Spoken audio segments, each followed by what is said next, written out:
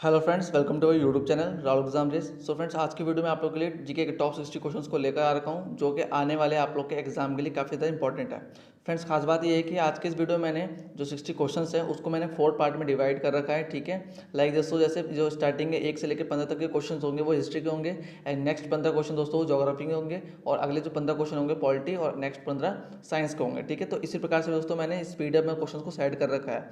So friends, video आप लोग के लिए काफ़ी ज़्यादा हेल्पफुल रहने वाला है। तो वीडियो के जो क्वेश्चन है काफ़ी ज़्यादा इंपॉर्टेंट है, और जो क्वेश्चन है दोस्तों वो पिछले किसी एग्जाम में पूछे जा चुके हैं और आगे पूछे जाने की पूरी पूरी संभावना है। ठीक है, सो फ्रेंड्स, वीडियो को आप लोग ध्यान से देखिएगा और दोस्तों क्वेश्चन को ध्यान से पढ़िएगा। ठीक है, सो फ्रेंड, वीडियो स्टार्ट करने से पहले आप लोगों से एक रिक्वेस्ट है, अगर आप लोग इस चैनल पर नए हैं चैनल सब्सक्राइब कर लें, और दोस्तों साथ ही साथ बेल आइकन को प्रेस करना बिल्कुल भी ना भूलें, ताकि आने वाली नई वीडियो का नोटिफिकेशन आप सबसे पहले पहुंच सके। तो चलिए फ्रेंड्स, आज की वीडियो का स्टार्टअप करते हैं आज के पहले क्वेश्चन से।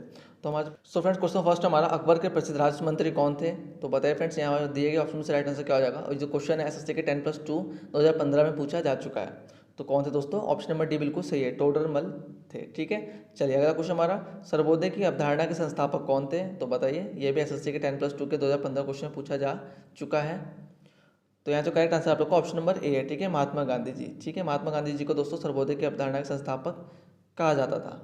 चलिए अगला क्वेश्चन हमारा, क्वेश्चन नंबर 3, प्लासी की लड़ाई किसके बीच लड़ी गई थी? सो फ्रेंड्स बताइए यहाँ पर क्या आंसर हो जाएगा? इंपॉर्टेंट क्वेश्चन है, एग्जाम में ऐसे क्वेश्चन पूछ लिए जाते हैं। ठीक है, ये क्वेश्चन एसएससी 10+2 के 2015 में पूछा जा चुका है।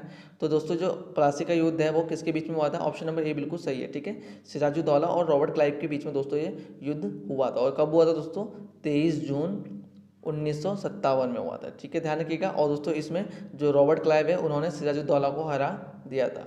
चलिए नेक्स्ट क्वेश्चन के ऊपर बढ़ते हैं। क्वेश्चन 4 हमारा, कांचीपुरम में प्रसिद्ध बैकुंठ पेरुमल मंदिर किसने बनवाया था? तो बताइए फ्रेंड्स, यहाँ राइट आंसर क्या हो जाएगा? किसने बनवाया था? तो यहाँ जो ऑप्शन नंबर ए बिल्कुल सही है। ठीक है, नंदीवर्मन द्वितीय ने दोस्तों कांचीपुरम के प्रसिद्ध बैकुंठ पेरुमल मंदिर को बनवाया था।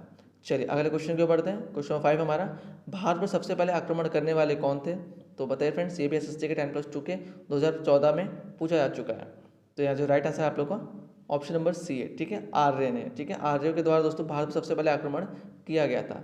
चलिए क्वेश्चन नंबर 6 हमारा, भारत में पाषाणकालीन सभ्यता का अनुसंधान सर्वप्रथम किसने प्रारंभ किया? तो फ्रेंड्स हमें बताना है यहाँ पर राइट आंसर क्या हो जाएगा? तो वो तो दोस्तों ऑप्शन नंबर सी। ठीक है, रॉबर्ट ब्रूस फ्रूट के द्वारा 1863 में दोस्तों ये अनुसंधान सर्वप्रथम प्रारंभ किया गया था। ठीक है, और दोस्तों यहाँ राखलदास बनर्जी हैं, ये मोहनजोदड़ो को इन्होंने ही खोजा था। ठीक है, कब? 1922 ईस्वी में। ठीक है, और हड़प्पा की खोज किसने की थी दोस्तों? वो थे राय बहादुर दयाराम साहनी ने। ठीक है, इन्होंने 1921 में दोस्तों हड़प्पा की सभ्यता की खोज की थी। चलिए अगले क्वेश्चन पर बढ़ते हैं। क्वेश्चन नंबर 7 हमारा, पहिए का आविष्कार हुआ था। तो हमें बताना फ्रेंड्स, पहिए का आविष्कार किस युग में, किस काल में हुआ था? तो यार जो राइट आंसर आप लोग को ऑप्शन नंबर ए है। ठीक है, नवपाषाण काल में दोस्तों पहिए का आविष्कार हुआ था। चलिए क्वेश्चन नंबर 8 हमारा, मानव द्वारा सर्वप्रथम प्रयुक्त अनाज क्या था? तो बताइए फ्रेंड्स, यहाँ पर राइट आंसर क्या हो जाएगा? तो यहाँ जो राइट आंसर आप लोग का ऑप्शन नंबर डी है। ठीक है, जौ। ठीक है, मानव द्वारा सर्वप्रथम जो प्रयुक्त अनाज था दोस्तों वो जौ था। ठीक है, आप लोगों में से काफ़ी स्टूडेंट दोस्तों जौ को देखा भी होगा और दोस्तों इसका सेवन भी किया होगा। चलिए नेक्स्ट क्वेश्चन के बढ़ते हैं। क्वेश्चन नंबर 9 हमारा, निम्न में से सबसे प्राचीनतम वेद कौन सा है? तो दोस्तों हमें बताना है, इंपॉर्टेंट क्वेश्चन है, एग्जाम में इस टाइप का क्वेश्चन पूछ लेता है। तो कौन सा सबसे प्राचीनतम वेद है? तो वह है दोस्तों ऑप्शन नंबर बी, ऋग्वेद। ठीक है, और ऋग्वेद में दोस्तों गायत्री मंत्र का उल्लेख किया गया है। ठीक है, और ऋग्वेद में दोस्तों 10 मंडल और 1028 सूक्त हैं। ठीक है, ये भी साथ साथ ध्यान रखिएगा आप लोग। चलिए नेक्स्ट क्वेश्चन के बढ़ते हैं। क्वेश्चन नंबर 10 हमारा दोस्तों, हर वंश का संस्थापक कौन था? तो बताइए फ्रेंड्स, यहाँ पर हर वंश के संस्थापक कौन थे? तो दिए गए ऑप्शन में से दोस्तों ऑप्शन नंबर सी बिल्कुल सही है। ठीक है, बिंबिसार। ठीक है दोस्तों, जो बिंबिसार थे वो हर एक वंश के संस्थापक थे, और गौतम बुद्ध दोस्तों ये बौद्ध धर्म के संस्थापक थे, और दोस्तों जो ऋषभ देव हैं ये जैन धर्म के संस्थापक थे। तो ध्यान रखिएगा। ठीक है, ऋषभ देव जैन धर्म के संस्थापक थे, गौतम बुद्ध बौद्ध धर्म के संस्थापक थे, और बिंबिसार जो थे दोस्तों ये हर एक वंश के संस्थापक थे।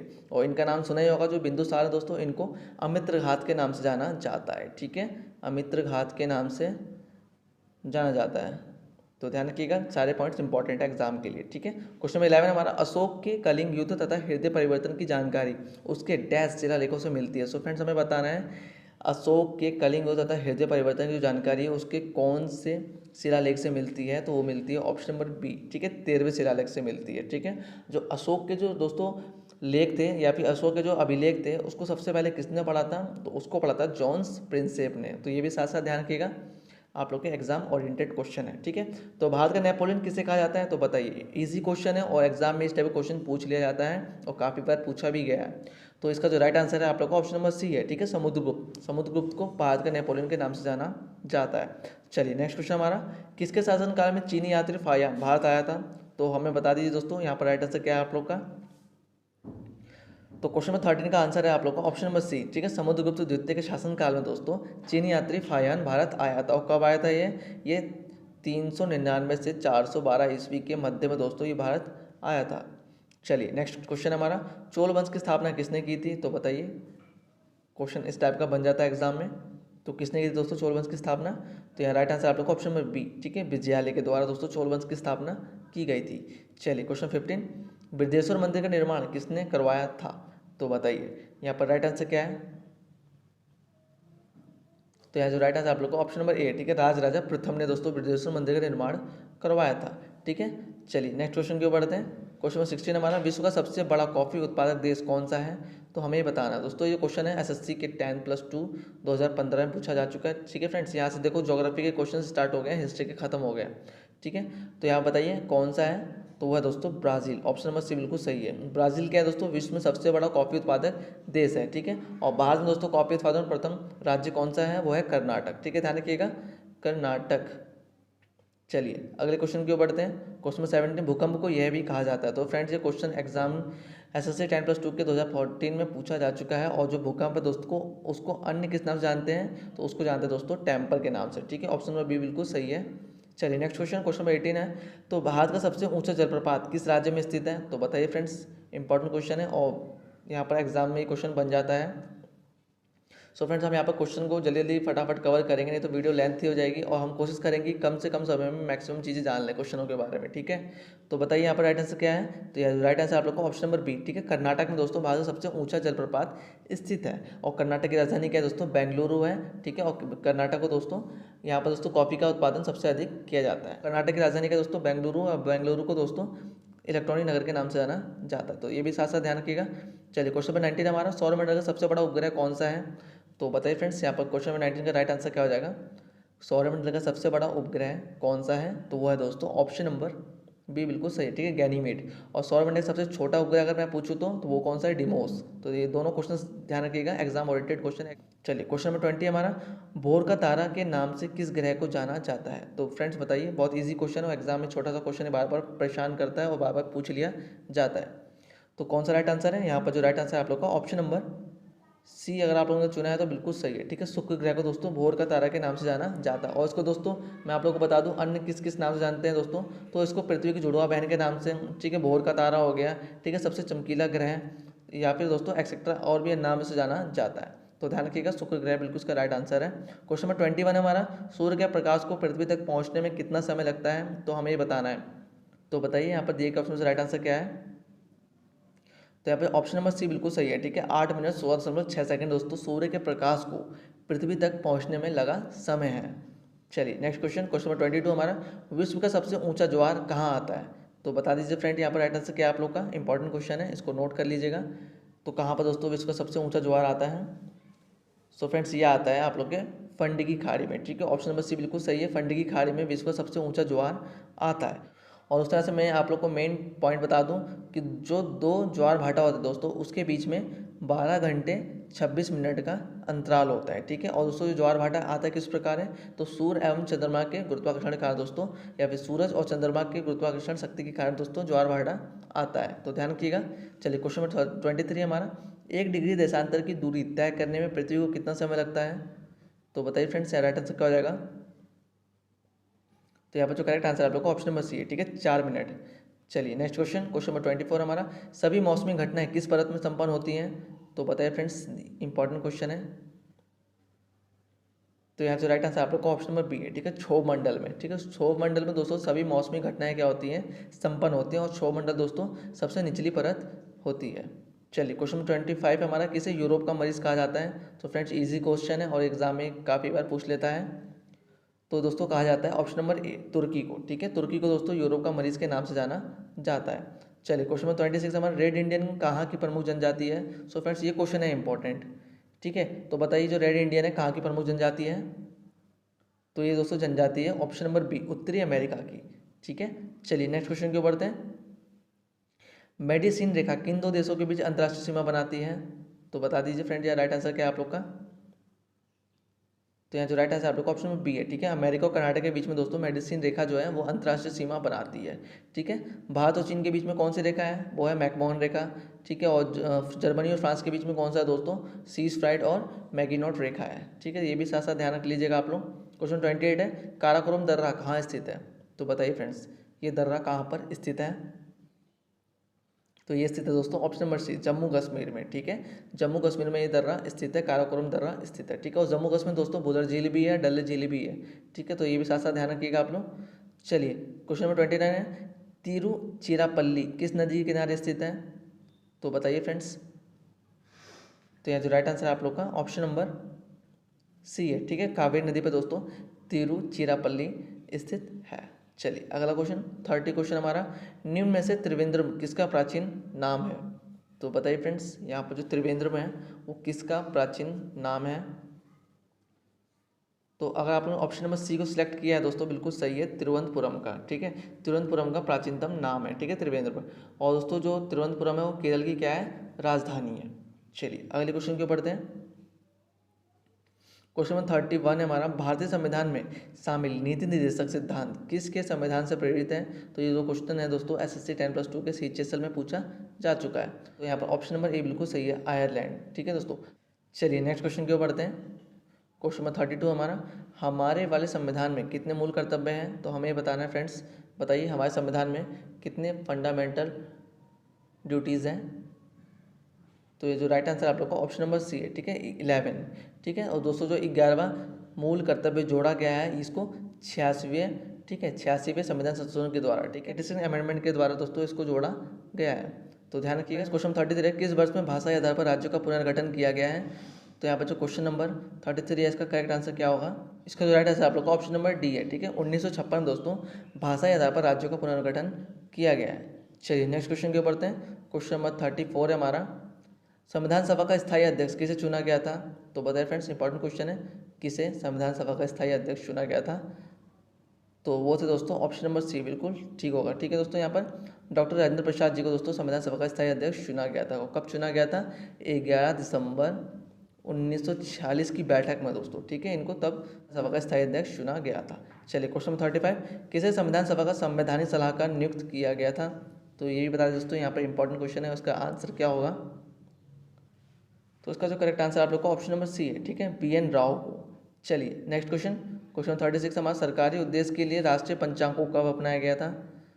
तो फ्रेंड्स यहाँ से देखो पॉलिटी के क्वेश्चन स्टार्ट हो गए हैं। तो यहाँ राइट आंसर क्या हो जाएगा बताइए। तो यहाँ जो राइट आंसर आप लोग का ऑप्शन नंबर ए है। ठीक है, 22 मार्च 1957 को दोस्तों सरकारी उद्देश्य के लिए राष्ट्रीय पंचांग को अपनाया गया था। चलिए अगले क्वेश्चन की ओर बढ़ते हैं। भारतीय संविधान के जनक के रूप में किसे जाना जाता है?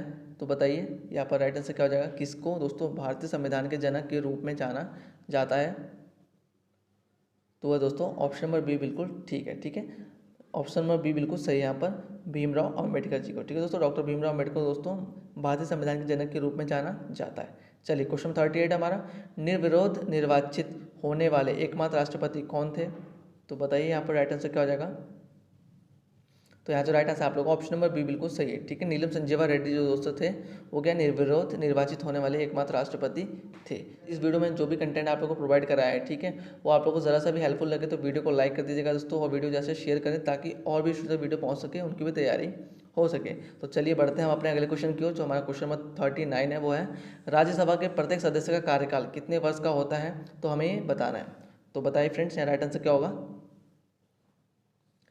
तो यहाँ जो राइट आंसर रहने वाला आप लोग को ऑप्शन नंबर सी है। ठीक है, 6 वर्ष का कार्यकाल होता है। चलिए अगले क्वेश्चन की ओर बढ़ते हैं। क्वेश्चन नंबर हमारा 40 है, राज्य की कार्यपालिका का प्रधान कौन होता है? तो बताइए फ्रेंड्स, यहाँ पर राइट आंसर क्या हो जाएगा। तो जो 40 का राइट आंसर आप लोग का ऑप्शन नंबर सी है। ठीक है, राज्यपाल। जो राज्यपाल होता है दोस्तों वो राज्य की कार्यपालिका का प्रधान होता है। ठीक है, और दोस्तों जो राज्यपाल है उसको राष्ट्रपति के द्वारा 5 साल तक की नियुक्ति कराई जाती है। चलिए अगले क्वेश्चन की ओर बढ़ते हैं। क्वेश्चन नंबर 41 है हमारा, पंचायती राज की स्थापना करने वाला प्रथम राज्य कौन सा है?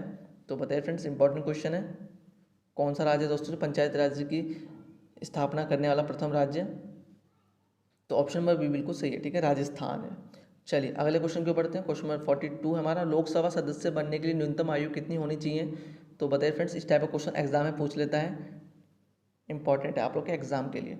तो यहाँ पर दोस्तों कितनी न्यूनतम आयु होनी चाहिए? तो यहाँ जो राइट आंसर आप लोग का ऑप्शन नंबर बी है, ठीक है, 25 वर्ष होनी चाहिए, ठीक है। और दोस्तों राज्यसभा का सदस्य बनने के लिए उसके लिए दोस्तों 30 वर्ष होना आवश्यक है, ठीक है। और राष्ट्रपति बनने के लिए दोस्तों न्यूनतम आयु कितनी चाहिए दोस्तों? 35, ठीक है, ये भी ध्यान रखिएगा।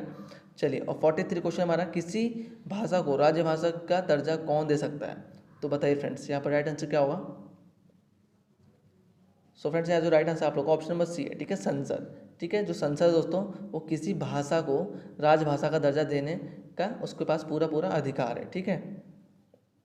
चलिए क्वेश्चन नंबर 44 हमारा, अनुच्छेद 352, 356, 360 का संबंध किससे है दोस्तों?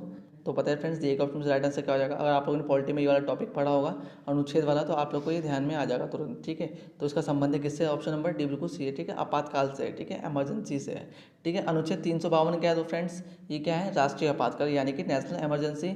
और जो नेक्स्ट एक है दोस्तों 356, ये क्या है? राष्ट्रपति शासन, स्टेट इमरजेंसी है, ठीक है। और 360 क्या है दोस्तों? ये वित्तीय आपातकाल यानी कि फाइनेंशियल इमरजेंसी है। तो ध्यान रखिएगा। और फाइनेंशियल इमरजेंसी दोस्तों अभी तक 0 बार लगी है, ठीक है, एक वही बार दोस्तों जो वित्तीय आपातकाल है वो लगी नहीं है, ठीक है, ये भी साथ साथ ध्यान रखिएगा आप लोग। चलिए नेक्स्ट क्वेश्चन की ओर बढ़ते हैं। क्वेश्चन नंबर 45 हमारा, सरकार के संसदीय स्वरूप का विचार कहाँ से लिया गया है? तो बताइए फ्रेंड्स, यहाँ पर दिए गए ऑप्शन से राइट आंसर क्या हो जाएगा? तो जो यहाँ राइट आंसर आप लोग का ऑप्शन नंबर ए है, ठीक है, ब्रिटेन से। सरकार के संसदीय स्वरूप का जो विचार है दोस्तों, वो ब्रिटेन से लिया गया है। चलिए अगले क्वेश्चन की ओर बढ़ते हैं। क्वेश्चन नंबर 46 है हमारा, यहाँ से दोस्तों साइंस के क्वेश्चन स्टार्ट हो गए। तो बताइए फ्रेंड्स, यहाँ पर राइट आंसर क्या है कि भाई जल है। तो भाई जल को दोस्तों अन्य किस नाम से जाना जाता है? तो यहाँ आप लोगों ने ऑप्शन नंबर सी को सिलेक्ट किया तो बिल्कुल सही है, ठीक है, ड्यूटेरियम ऑक्साइड, ठीक है। ड्यूटेरियम ऑक्साइड के द्वारा दोस्तों, मतलब ड्यूटेरियम ऑक्साइड के रूप में दोस्तों भाई जल को जाना जाता है, ठीक है। D2O इसका क्या है? एक सूत्र है। चलिए नेक्स्ट क्वेश्चन की ओर बढ़ते हैं। 47 हमारा क्वेश्चन है, सोडियम बाइकार्बोनेट का सामान्य नाम क्या है? सो फ्रेंड्स बताइए, जो क्वेश्चन है SSC 10+2 के 2017 के एग्जाम में पूछा जा चुका है। तो क्या है दोस्तों सोडियम बाइकार्बोनेट का सामान्य नाम? तो ये जो राइट आंसर आप लोगों को ऑप्शन नंबर सी है, ठीक है, बेकिंग सोडा, ठीक है। बेकिंग सोडा को सोडियम बाइकार्बोनेट का रासायनिक या सामान्य नाम है। चलिए अगले क्वेश्चन की ओर बढ़ते हैं। क्वेश्चन नंबर 48 हमारा, प्रथम मानव हृदय का प्रत्यारोपण किस वर्ष किया गया था? तो बताइए फ्रेंड्स, इंपॉर्टेंट क्वेश्चन है, नोट कर लीजिएगा। तो बताइए किस वर्ष किया गया था? तो ये किया है दोस्तों ऑप्शन नंबर बी बिल्कुल यहाँ पर सही हो जाएगा, ठीक है। ऑप्शन नंबर बी बिल्कुल सही है यहाँ पर 1967 में। चलिए अगले क्वेश्चन की ओर बढ़ते हैं। क्वेश्चन नंबर 49 हमारा, अफीम के पौधे के किस भाग से हमें मॉर्फिन प्राप्त होता है? तो बताइए फ्रेंड्स, दिए गए ऑप्शन में राइट आंसर क्या हो जाएगा? तो यहाँ जो राइट आंसर आप लोग का ऑप्शन नंबर डी है, ठीक है। यहाँ पर दोस्तों जो पर्यावरण है, यहाँ पर्यावरण नहीं होगा, यहाँ पर होगा फल आवरण, ठीक है। तो अफीम के फल आवरण से दोस्तों मॉर्फिन प्राप्त होता है। चलिए अगला क्वेश्चन 50 हमारा, क्वेश्चन नंबर 50 हमारा, यांत्रिक ऊर्जा को विद्युत ऊर्जा में परिवर्तित किया जाता है। सो फ्रेंड्स हमें बताना है कि मैकेनिकल एनर्जी को इलेक्ट्रिक एनर्जी में किस डिवाइस के द्वारा, किस इंस्ट्रूमेंट के द्वारा कन्वर्ट किया जाता है? तो उस डिवाइस का नाम है दोस्तों, इस इंस्ट्रूमेंट का नाम है ऑप्शन नंबर बी डायनमो, ठीक है। डायनमो के द्वारा दोस्तों यांत्रिक ऊर्जा को विद्युत ऊर्जा में कन्वर्ट किया जाता है। चलिए क्वेश्चन 50 में हमारा, मानव के स्पष्ट दृष्टि की न्यूनतम दूरी कितनी होती है? तो बताइए फ्रेंड्स, मानव जो है स्पष्ट तरीके से न्यूनतम कितनी दूर तक देख सकता है? तो हमें ये बताना है। तो इसका जो करेक्ट आंसर है आप लोग का ऑप्शन नंबर बी है, ठीक है, 25 सेंटीमीटर। तो ध्यान रखिएगा। चलिए क्वेश्चन नंबर 52 है, आनुवांशिकता का नियम किसने दिया था? तो बताइए फ्रेंड्स, आप लोगों ने अपने हाई स्कूल या 9th में पढ़ा भी होगा। तो इसका जो राइट आंसर आप लोग का ऑप्शन नंबर सी है, ठीक है, ग्रेगर जॉन मेंडल के द्वारा दोस्तों आनुवांशिकता का नियम दिया गया था। चलिए अगले क्वेश्चन की ओर बढ़ते हैं। तो क्वेश्चन नंबर 53 है, एक्स किरणों का आविष्कार किसने किया था? तो बताइए फ्रेंड्स, दिए गए ऑप्शन में से राइट आंसर क्या हो जाएगा? तो यहाँ जो राइट आंसर आप लोग का ऑप्शन नंबर डी है, ठीक है, रॉडसन के द्वारा दोस्तों एक्स किरणों का आविष्कार किया गया था। चलिए अगला क्वेश्चन हमारा क्वेश्चन 54, बैरोमीटर का उपयोग कहाँ किया जाता है? तो बताइए फ्रेंड्स, इंपॉर्टेंट क्वेश्चन है। और बताइए बैरोमीटर का जो उपयोग है वो किस जगह पे किया जाता है, किस जगह पे दोस्तों बैरोमीटर का यूज़ किया जाता है? तो वह दोस्तों ऑप्शन नंबर डी बिल्कुल सही है, ठीक है, वायु दाब को मेजर करने के लिए, मतलब वायु दाब को मापने के लिए दोस्तों बैरोमीटर का प्रयोग किया जाता है। एक क्वेश्चन यहाँ से बनता है कि बैरोमीटर के पाठ्यांक में निरंतर गिरावट के कारण दोस्तों किसका संकेत मिलता है हमें? तो आंधी या तूफान का संकेत मिलता है। तो ये भी साथ साथ ध्यान रखिएगा। क्वेश्चन 55 हमारा, रेडियो एक्टिवता की खोज किसने की थी? तो बताइए फ्रेंड्स, किसने की थी रेडियो एक्टिविटी की खोज? इंपॉर्टेंट क्वेश्चन है, एग्जाम में छोटा सा क्वेश्चन पूछ लिया जाता है। तो इसका जो खोज है किया था किसने? Option number C, Henry Becquerel ने। ठीक है, चलिए अगले क्वेश्चन की ओर बढ़ते हैं। क्वेश्चन 56 है, वायु गर्म होती है। तो फ्रेंड बताना है वायु किस कारण गर्म होती है? तो राइट आंसर इसका ऑप्शन नंबर ए, संवहन के द्वारा। ठीक है, चलिए नेक्स्ट क्वेश्चन। क्वेश्चन 57, जल का घनत्व होता है। तो फ्रेंड्स हमें बताना है यहाँ पर जल का घनत्व कितना होता है। सो फ्रेंड्स यहाँ राइट आंसर आप लोग का ऑप्शन नंबर सी। ठीक है, जो जल का घनत्व है दोस्तों वो 4 डिग्री सेंटीग्रेड पे क्या होता है? अधिकतम होता है। चलिए अगला क्वेश्चन, क्वेश्चन 58 है हमारा, आंसू गैस में प्रयुक्त होता है। तो हमें बताना है दिए गए ऑप्शन में दोस्तों जो टीयर गैस होती है उसमें क्या प्रयोग में लाया जाता है दिए गए ऑप्शन में से। तो राइट आंसर आप लोग का ऑप्शन नंबर ए। ठीक है, ब्रोमो एसिटोफिनॉन। ठीक है, ब्रोमो एसिटोफिनॉन का प्रयोग किया जाता है आंसू गैस में। चलिए नेक्स्ट क्वेश्चन 59 हमारा, परमाणु के नाभिक में विद्यमान नहीं होता है। तो हमें फ्रेंड्स यहाँ बताना है परमाणु के नाभिक में कौन सा चीज़ विद्यमान नहीं होता है दिए गए ऑप्शन में से। तो right answer option number C, electron. ठीक है, परमाणु के नाभिक में दोस्तों प्रोटॉन और न्यूट्रॉन दोनों होते हैं बट इलेक्ट्रॉन नहीं होता है। ठीक है, चलिए अगले क्वेश्चन 60 हमारा क्वेश्चन, प्रकाश तंतु किस सिद्धांत पर कार्य करता है वह कहलाता है। तो फ्रेंड बताइए वो क्या कहलाता है? तो वो दोस्तों जो प्रकाश तंतु है वो पूर्ण आंतरिक परावर्तन के सिद्धांत पर कार्य करता है। चलिए नेक्स्ट क्वेश्चन के ऊपर बढ़ते हैं। क्वेश्चन नंबर 61 है आप लोग को सरप्राइज क्वेश्चन, जिसका आंसर आप लोग कमेंट बॉक्स में जरूर दीजिएगा। तो क्वेश्चन है, निम्न में से कौन सा एक रेडियो एक्टिव तत्व नहीं है? ठीक है, तो ये क्वेश्चन सरप्राइज क्वेश्चन है। सो फ्रेंड्स ये थे आप लोग के आज के जीके के टॉप 60 क्वेश्चन जो कि आप लोग के एग्जाम के लिए काफ़ी ज़्यादा इंपॉर्टेंट रेलिवेंट है। ठीक है, सो फ्रेंड्स आई होप आप लोग को आज की वीडियो काफ़ी ज़्यादा पसंद आए तो वीडियो को लाइक कर दीजिएगा और दोस्तों अगर वीडियो को ज़्यादा से शेयर करें ताकि और भी सभी वीडियो तक पहुँच सके और उनकी भी तैयारी हो सके। सो फ्रेंड्स मिलते हैं नेक्स्ट वीडियो में कुछ नए इंपॉर्टेंट क्वेश्चन के साथ। तब तक के लिए bye bye, take care, Vande Mataram.